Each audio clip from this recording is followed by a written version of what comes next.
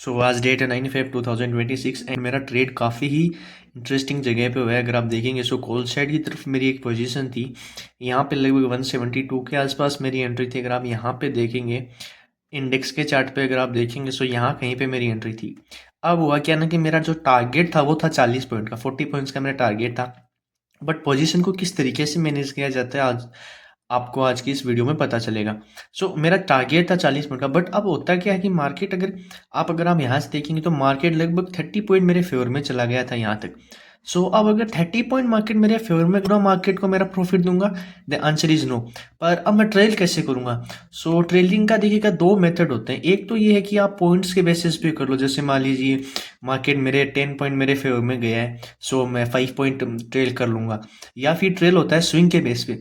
तो मैं जो प्रीफर करता हूँ वो करता हूँ स्विंग के बेस पे ट्रेल करना। क्योंकि होता है क्या है, जब आप प्राइस के हिसाब से ट्रेल करते हो कि मान लीजिए 10 पॉइंट जाते हैं 5 पॉइंट, तो वो एक वैलिड प्लेस नहीं होता है आपके ट्रेल करने का। क्योंकि अगर आप देखेंगे जैसे ही मार्केट पहले अपसाइड की तरफ गया, मेरा 15-20 पॉइंट मुझे दे रहा था, डाउन गया, मैंने यहाँ पे कोई ट्रेल नहीं किया। अगर ये यहाँ पे आके मेरा कोस्ट टू कोस्ट ले जाता, मैं कोसी कोसी कोस्ट टू कोस्ट दे देता।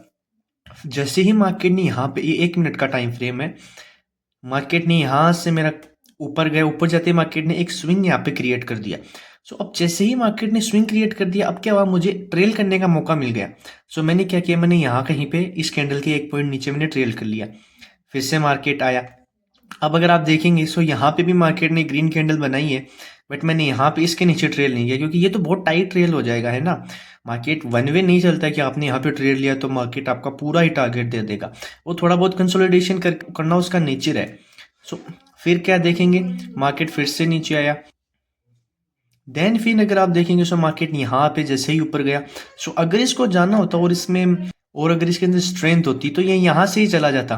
पर अगर आप देखेंगे तो ये एक और स्विंग बन गया। स्विंग बाई स्विंग में ट्रेल करता गया और मैंने यहाँ कहीं पे अपनी पोजीशन एग्जिट कर दिया। एंड आप देखेंगे जैसे ही इस स्विंग पे मार्केट ने ब्रेकडाउन दिया, फिर से जाने की कोशिश करी। एंड ऐसा नहीं है कि ये यहाँ से नहीं जा सकता था, लेकिन इसका कोई भरोसा नहीं कि ये यहाँ तक आएगा कि यहाँ तक आएगा, ठीक है ना। आपने एक सिस्टम के बेसिस पे अपना पोजीशन एग्जिट किया एंड देन वो एग्जिट हो गया। फिर मैंने मार्केट को देखा भी नहीं, नीचे गया ऊपर गया।